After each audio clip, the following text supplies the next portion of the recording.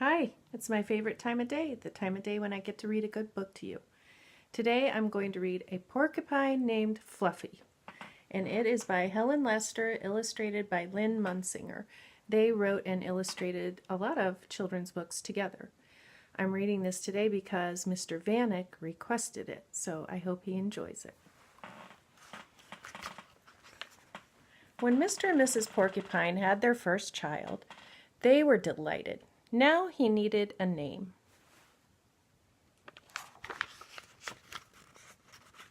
Should they call him Spike?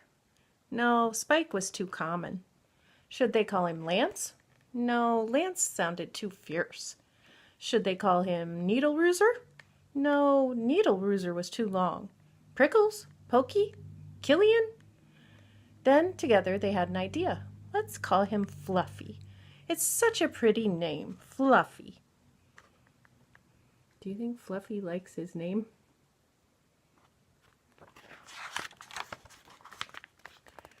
But soon there came a time when Fluffy began to doubt that he was Fluffy. He first became suspicious when he backed into a door and stuck fast. That was not a Fluffy thing to do. Do you think Fluffy's the right name for him, Connor?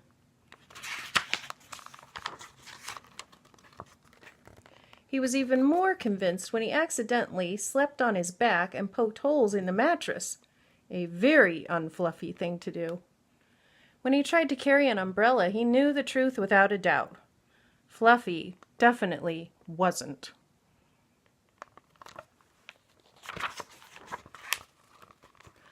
So he decided to become fluffier. Clouds are fluffy, he thought. I'll be a cloud. But he couldn't stay up.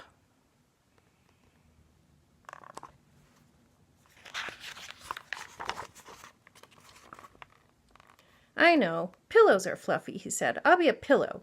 But when his mother sat on him, she was not pleased. He tried soaking in a bubble bath for 45 minutes, but he did not become fluffy. He became soggy.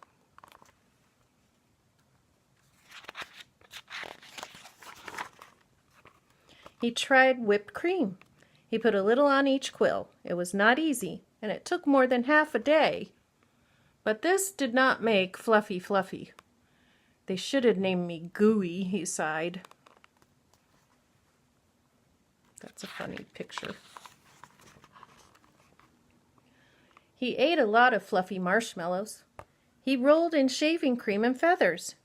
He even tried to become a bunny. But the truth remained. Fluffy wasn't. Look at his hair.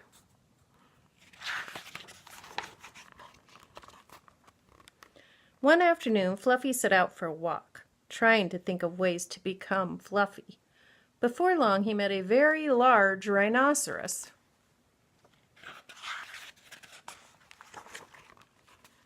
"Grrr," said the rhinoceros. "I'm going to give you a rough time." Fluffy didn't know what a rough time was, but he didn't like the sound of it at all. "What is your name, small prickly thing?" asked the rhinoceros unkindly. "Fluffy," said Fluffy.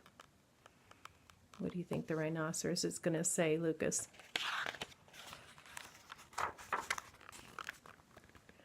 The rhinoceros smiled.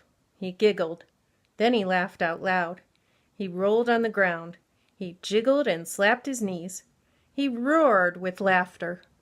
"A porcupine named Fluffy," howled the rhinoceros. How do you think Fluffy feels?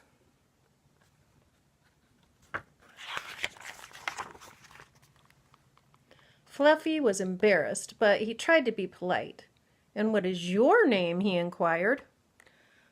"I can't say it," giggled the rhinoceros. "Hubert," suggested Fluffy. "Oh, help, I just can't say it. I'm laughing so hard," said the rhinoceros. "Harold? Or maybe Herman?" asked Fluffy. "No," guessed the rhinoceros. "It's Hippo."